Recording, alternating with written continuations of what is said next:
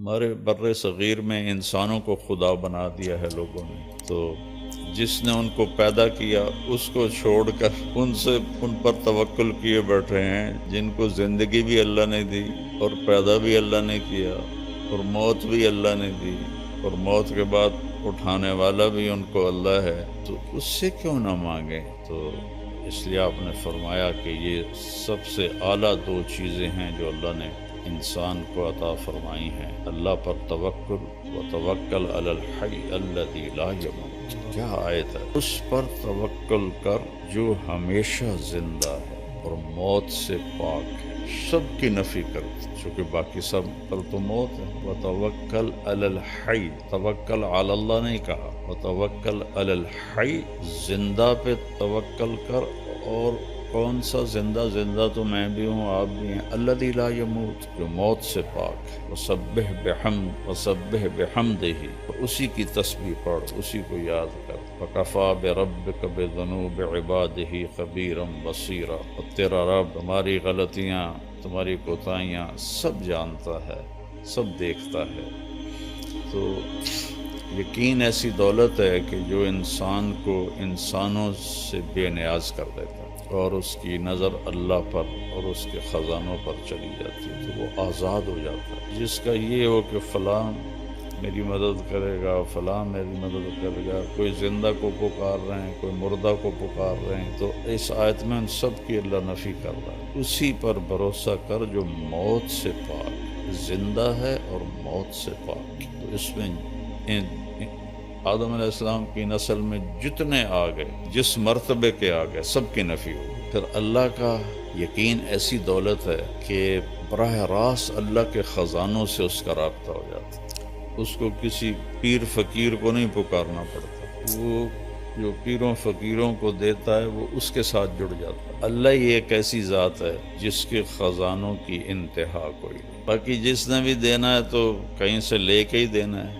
اللہ وہ ہے جس کو دینے کے لیے کہیں سے لینا نہیں پڑتا اور کرنے کے لیے کچھ کرنا نہیں پڑتا، اور پھر وہ ہر وقت حاضر ہے۔ اقرب الیہ من حبل الورید، تیری یہ جو رگ ہے اس کو حبل الورید کہتے ہیں، شہرگ، جس کے کٹنے سے موت واقع ہو جاتی ہے۔ اللہ تعالیٰ فرما رہے ہیں یہ دیکھ رہے ہو یہ تمہاری رگ کتنی قریب ہے، میں اس سے بھی زیادہ تمہارے قریب ہوں۔ اردو میں پکارو، ہندی میں 6010 زبانیں، 6010 زبانیں اس وقت بولی جا رہی، میں نے پڑھا تھا 6010 زبانیں بولی جا رہی، اور ہر زبان کے حروف، الفاظ الگ الگ ہیں۔ تو اللہ سب کی سنتا ہے، سب کی سمجھتا ہے۔ 7 ارب انسان ہیں یا 8 ارب ہیں، سارے اکٹھے مل کے بھی اللہ کو پکاریں اور مانگیں تو لا یشغلہ سمع عن سمع ولا یلہیہ قول عن قول،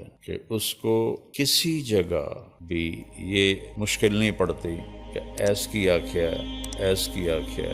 یہاں 2 آدمی بات کرنے لگ جائیں تو میں کہوں گا بھائی ایک بولو، یا تھوڑے 2 دی کٹھی میں نہیں سمجھ آ رہا، اور اللہ کہہ رہا ہے 100 ارب انسان نہیں، آدم سے لے کر آج تک جو مر گئے اور جو آج موجود ہیں اور جو آئندہ آنے والے ہیں، وہ اور جنات ہم سے لاکھوں گنا زیادہ ہیں، تم سب کٹھے ہو جاؤ، ایک دم مانگو، باری باری مانگو تو پھر تک قیامت آ جائے گی، ٹائم ہی نہیں ملنا، تم سب مانگو اکٹھے۔ اس میں گونگے بھی ہوں جو اشاروں سے مانگ رہے ہیں یا دل سے مانگ رہے ہیں، کوئی دل سے مانگے، کوئی بول کے مانگے، کوئی آہستہ مانگے، پھر ساتھ پرندے بھی شامل ہو جائیں، درندے بھی شامل ہو جائیں، سانپ بچھو بھی شامل ہو جائیں، مچھلیاں بھی شامل ہو جائیں۔ تو کیا طاقتور رب ہے کہ جو سب کی ایک وقت میں پوری سنتا ہے، سمجھتا ہے، اور پھر سب کا چاہا ان کو دے دے تو اس کے خزانوں میں ایک قطرے کے برابر کمی نہیں آتی۔ یقین بہت بڑی دولت۔ ہمارے بر صغیر میں انسانوں کو خدا بنا دیا ہے لوگوں نے،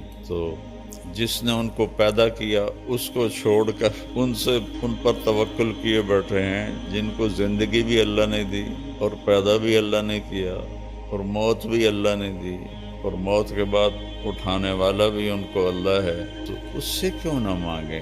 جو کہتا ہے دیکھو لوگوں سے مانگو تو وہ ناراض ہو جاتا، اور اللہ سے نہ مانگو تو وہ ناراض ہو جاتا، کتنا فرق۔ مانگنے پہ اللہ خوش ہوتا ہے، میں کہا کرتا ہوں کسی سے جان چھڑانی ہو بڑے اچھے طریقے سے تو اس سے قرضہ مانگنا شروع کر دو، وہ انشاءاللہ تمہارا نمبر ہی بلاک کر دے گا۔ اور اللہ سے جی لگانا ہو اور تعلق بنانا ہو تو اللہ کو پکارنا شروع کرو، اس سے مانگنا شروع کرو۔ میرے نبی نے فرمایا جوتے کا تسمہ ٹوٹ جائے تو وہ بھی اللہ سے مانگو۔ ہم لیا گئے تو وہاں ایک خاتون تھیں سادات میں سے جو بہت عرصہ پہلے تشریف لائیں، ان کی برکت سے وہاں کافی دین پھیلا۔ ان کا پتہ نہیں کیا نام تھا لیکن وہاں وہ پیر جگی کے نام سے مشہور ہے، پیر جگی۔ تو ہم ان کے سجادہ نشین سے ملنے گئے، ملنے کے بعد فاتحہ پڑھنے مزار پہ گئے تو وہاں عورتیں بیٹھی تھیں کافی سارے۔ پیر جگی پتر دیویں آ، پیر جگی پتر دیویں آ۔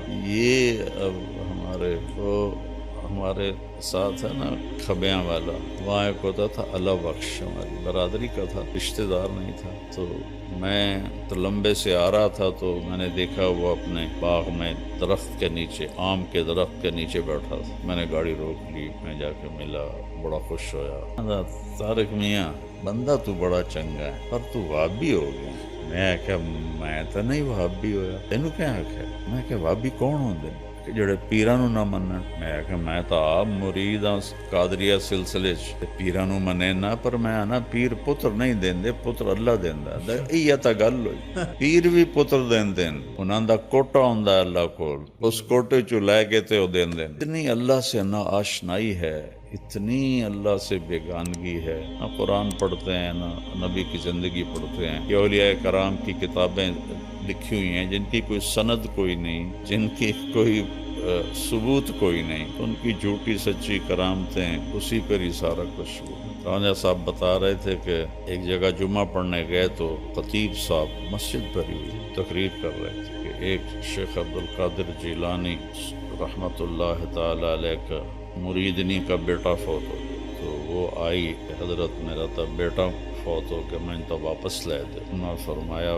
بی بی جڑا مر جاوے وہ واپس نہیں ہوں۔ لیکن نہیں تسی کر سکتے ہو، میں نے واپس لیا دو میرا بیٹا۔ پیر شیخ عبدالقادر جیلانی رحمۃ اللہ علیہ نے نظر دوڑائی تو اسرائیل چوتھے آسمان پہ پہنچ گیا تھا، پیچھے سے وہ پہنچے گا، اسرائیل میرے مرید دی روح واپس کر۔ سا کیا جڑا گتھلا ہے نا ایسے ڈھیر ساریاں روحاں قبضے ہیں، میں نے کیا پتہ کیڑا تھوڑا مرید ہے۔ میں کہ اوے اسرائیل آج میرے مرید دی توفیل سب زندہ ہون گے، تو گتھلی کھول دیتی، سارے زندہ ہو گئے۔